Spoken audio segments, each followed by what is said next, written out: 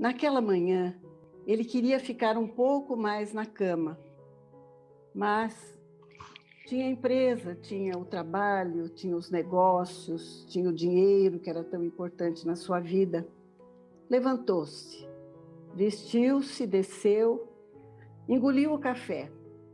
Não prestou atenção no que a esposa estava lhe falando. Foi para a garagem. O cachorro veio, abanando o rabinho contente, ele ignorou. Entrou no carro, ligou o motor, ouviu uma música e pensou: antigamente eu gostava tanto desse cantor, gostava tanto de ouvir essas melodias, ia a shows, teatros, mas agora não tenho mais tempo para jogar fora. Isso já passou da minha vida, fase passada. A vida é feita de dias vazios que nós temos que preencher com trabalho, com atividades, com criatividade. Mas, antes de ligar o motor, ele resolveu ligar para a filha. Perguntou pelo neto, ele tinha uma filha e um neto. E sorriu quando a filha lhe disse que o netinho já estava andando. Depois ela o convidou para almoçar e ele disse: impossível, tenho uma reunião importantíssima na tarde de hoje, tenho muita coisa para fazer, impossível. E ficou triste quando ouviu o comentário dela: pai, faz muito tempo que não nos vemos de perto. E olha que isto foi antes de acontecer a pandemia, quando nós todos podíamos nos encontrar, nos reunir em felicidade. Ligou o carro e saiu. No primeiro farol, ele encontrava sempre uma mulher velha, avó devia ser, que cuidava de 6 ou 7 netos. E ele, de vez em quando, ajudava com alguma coisa. Nesse dia, ele olhou a velhinha e disse: já ajudei muito, hoje não vou dar nada. E foi embora. Chegou na empresa, uma empresa grande, poderosa, entrou no seu setor, não cumprimentou ninguém, porque ele dizia: pessoas de bem não jogam conversa fiada fora. Dirigiu-se para a sua sala e ficou o tempo inteiro lendo a papelada, assinando, falando ao telefone, recebendo telefonemas. Num dado momento, ele sentiu assim um pouco de tontura e se lembrou que o seu colesterol andava alto.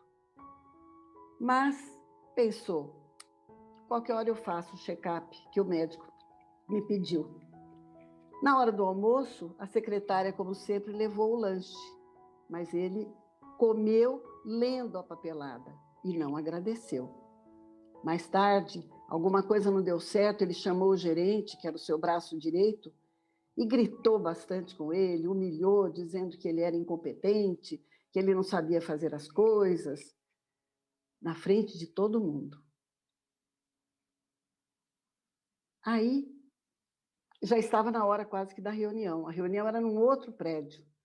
Ele, então, vestiu o paletó, apertou a gravata, foi para o corredor, mas não teve paciência de esperar o elevador e resolveu descer pela escada. Desceu pulando de 2 em 2 degraus e começou a achar no meio do caminho da escada que a garagem estava muito longe. Chegando na garagem, entrou no carro, ligou o motor. Quando ligou o motor, ele sentiu uma dor forte no peito, muito forte. E o ar começou a faltar. De repente, tudo sumiu. Não via mais o carro, nem os outros carros, nem as pilastras, nem a parede, nem o teto, nem a porta, a claridade da rua. Mas algumas cenas começaram a passar pela sua mente, como se estivesse numa câmara lenta. E ele pensava: por que eu não fui almoçar com a minha filha e não fui brincar com meu neto? Por que eu não ouvi a minha esposa, o que ela estava dizendo? Por que eu não fiz um agrado no meu cachorro? Por que eu não dei alguma ajuda para aquela mulher do farol?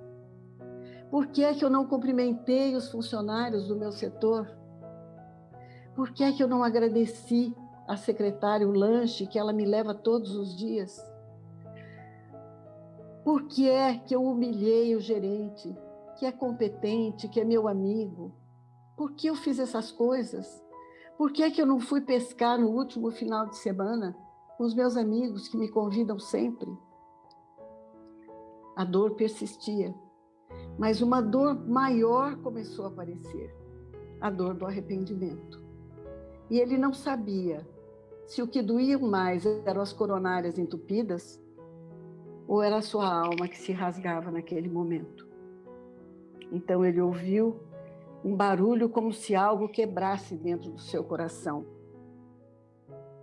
E lágrimas silenciosas escorriam pelo seu rosto. Ele queria viver, ele queria ter outra chance, ele queria voltar para casa e beijar a esposa, ele queria almoçar com a filha e com o neto, ele queria dar ajuda para aquela mendiga, uma ajuda substanciosa, queria agradar o cachorro, queria cumprimentar as pessoas no setor, queria pedir perdão para o gerente, queria, mas não podia mais. A vida é fugaz neste mundo e é a maior das escolas de aprendizagem de amor. O tempo não para ninguém. Nós precisamos aproveitar as oportunidades da vida para crescer para Deus. Os tempos são chegados, os tempos de Deus. E dizem-no de todos os lados que esses tempos trarão grandes acontecimentos para realizar a regeneração da humanidade. Os incrédulos acham que é infantilidade. A maioria dos crentes pensa no desmoronamento das leis da natureza. Mas nós sabemos que essas proposições são erradas, porque tudo é harmonia na obra da criação. E tudo revela uma previdência que não se desmente nem nas pequenas e nem nas grandes coisas. E a Terra, como tudo que existe, está submetida à lei do progresso, no aspecto físico do globo e no aspecto moral da humanidade. E a humanidade tem realizado incontáveis progressos. Pela inteligência, o homem chegou a resultados jamais atingidos no campo das ciências, das artes e do bem-estar material. Mas resta ainda um grandioso aprendizado: fazer reinar entre cada um a caridade, a fraternidade e a solidariedade. O tempo não para ninguém e os tempos são chegados. E nós estamos vivendo os tempos da pandemia. De repente, não os furacões, os terremotos, os tsunamis, os vulcões, os vendavais. De repente, algo invisível a olho nu, que vem e contamina milhões de pessoas no mundo inteiro, em todos os países, em todos os povos, trazendo uma avalanche de terror, de medo, milhares de mortes, pacientes internados em condições dolorosas por tempo muito grande, afastados das suas famílias. As famílias desesperançadas não podiam visitar os seus enfermos, não puderam chorar os seus mortos em velórios, como é o costume da época. Não puderam enterrar os seus mortos. Quadros dolorosos, esse isolamento, esse confinamento a que fomos todos obrigados a fazer, que causa medo, insegurança, pânico, depressão, que causa miséria, que causou tantas falências, desempregos, fome, desesperança, a par da irresponsabilidade daqueles que não usam máscara, que se juntam em aglomeramentos, nos pancadões, nas baladas, nos barizinhos, nas praias, nas praças, irresponsáveis, porque podem ser veículos de propagação do vírus. Mas toda essa situação está nos mostrando alguma coisa, se os tempos são chegados. Isso está na Gênese de Kardec. Vamos analisar as nossas vidas. O que é que nós estamos fazendo de errado? O que é que nós fizemos que nos desviamos tanto dos caminhos que teriam que ser traçados por todos? A grande lição de Jesus é a vivência de amor. A Terra é uma escola de amor. Este é o maior aprendizado.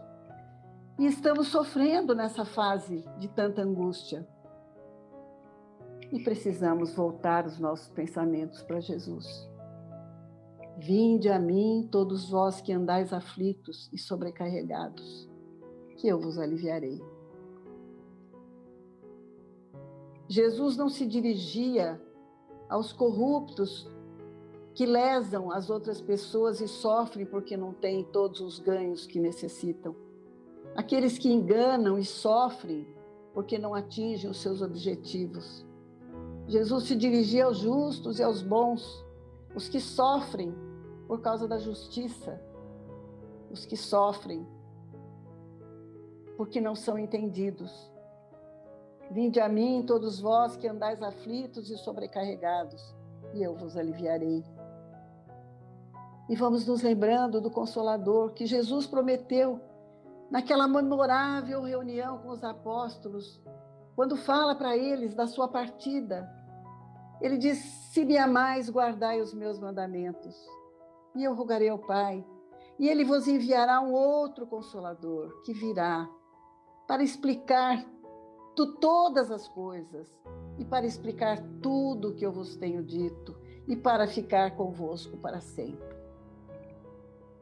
E o Espiritismo, como Consolador prometido, traz o conhecimento de todas as coisas, diz para o homem quem é, de onde veio, para onde vai, porque está na terra.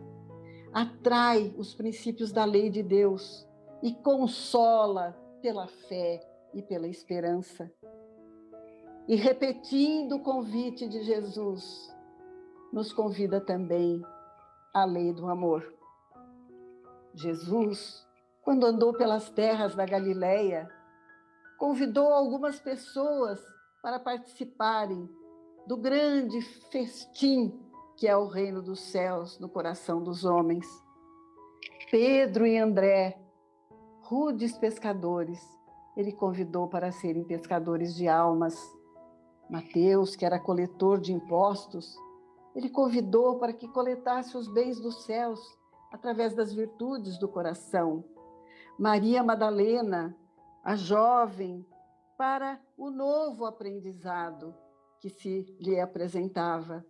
Joana de Cusa, mulher rica e elegante, mulher do intendente de Herodes, ele convida para as obras de caridade.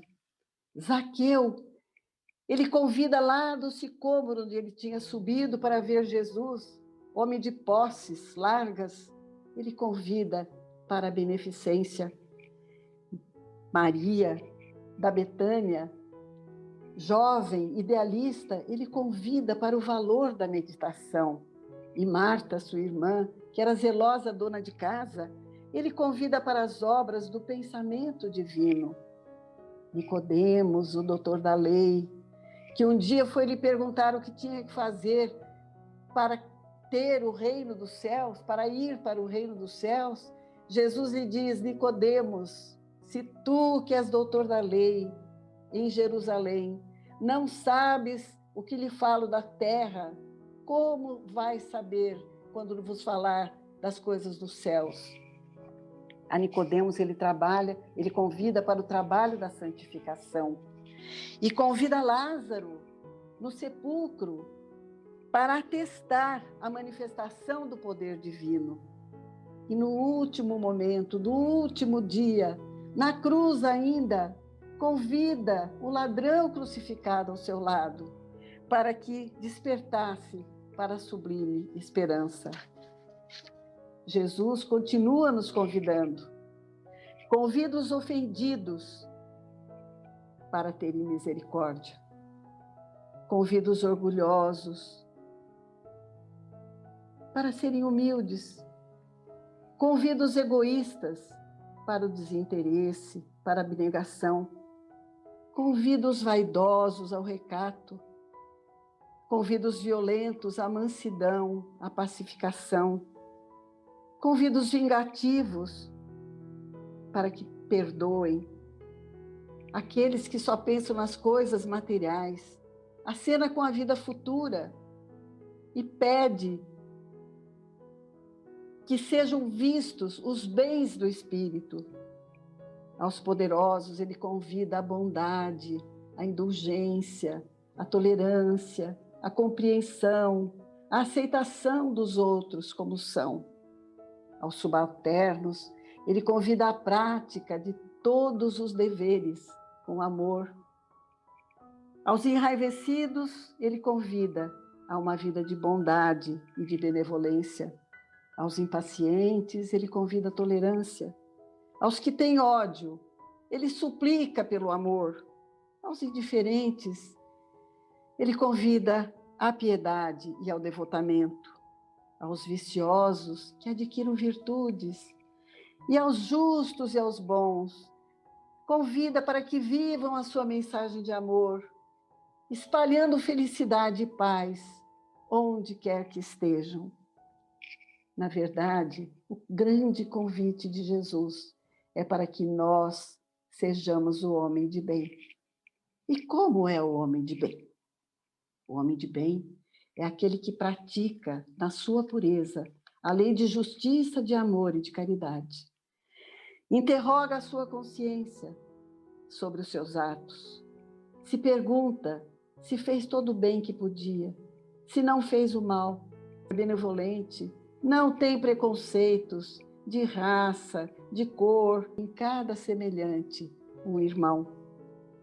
Se tem poder, se tem autoridade, se tem riqueza, recebe esses dons como se fosse um depósito que ele precisa usar para fazer o bem para o próximo. Lembram-se da parábola dos talentos? O Senhor poderoso vai viajar, chama 3 servos. A um ele dá 5 talentos, ao outro 2 talentos e ao outro 1 talento, e pede que eles façam aquilo progredir. Quando volta, tempos passados, o primeiro que recebeu 5 talentos empregou e conseguiu mais 5. O segundo, que recebeu 2, empregou e recebeu mais 2. O terceiro, com medo do Senhor, que era duro de coração e que colhia onde não semeava, enterrou o talento e devolveu para o Senhor um talento só.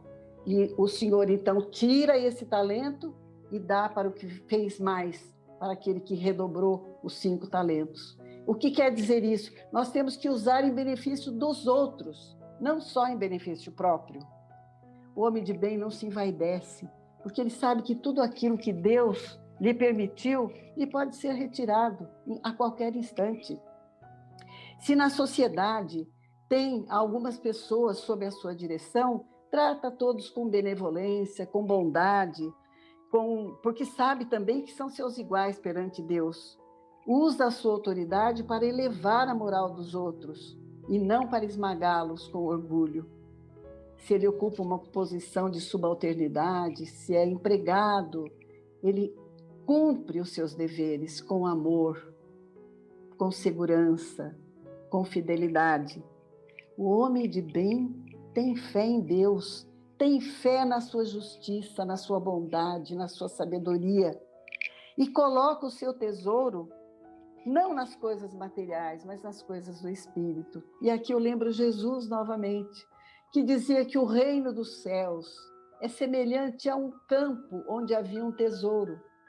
E um homem foi a esse campo, encontrou esse tesouro, o escondeu ali, voltou, vendeu todos os bens que possuía, porque estava repleto de júbilo, e comprou aquele campo.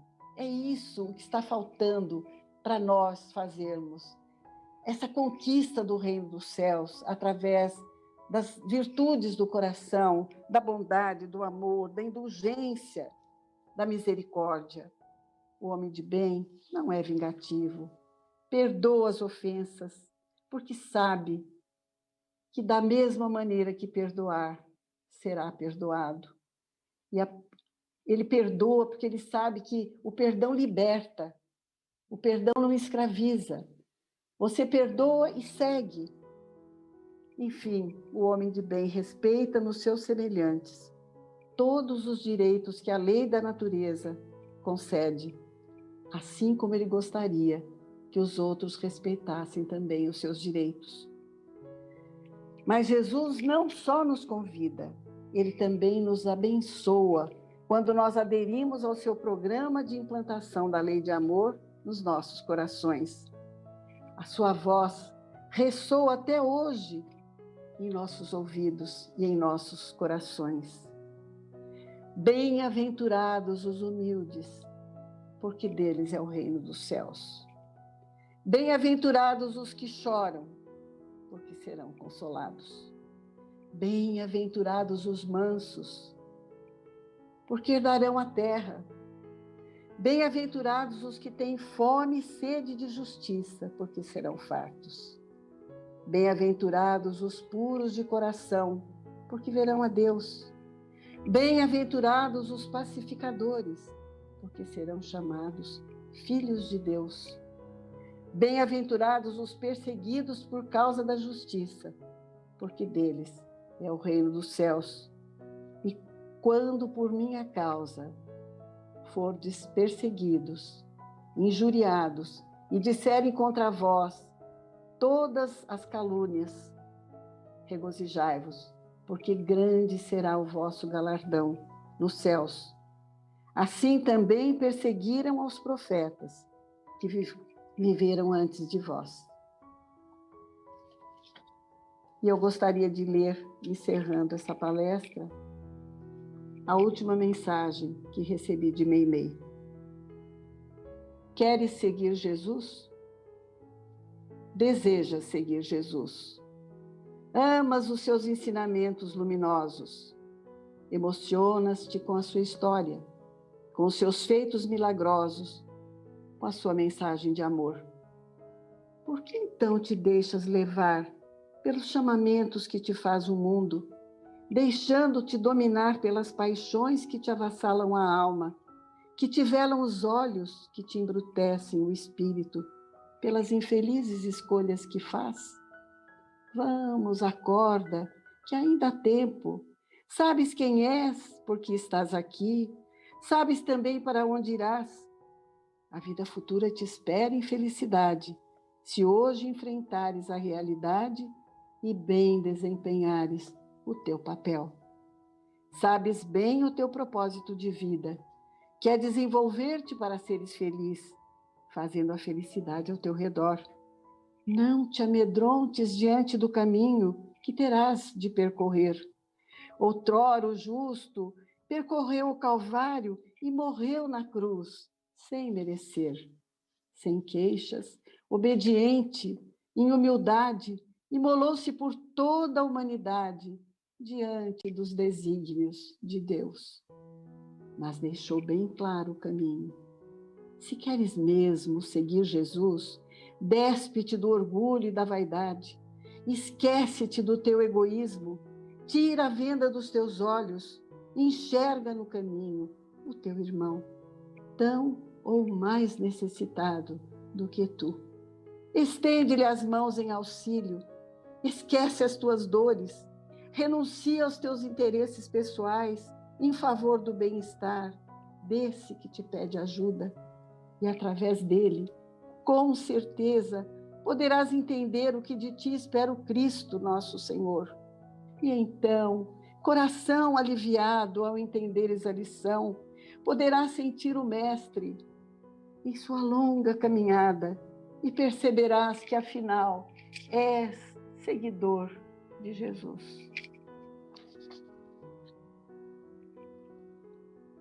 E nesse momento, eu quero convidar a todos vocês. Vamos buscando no nosso coração, na nossa alma, as vibrações formosas que todos possuímos.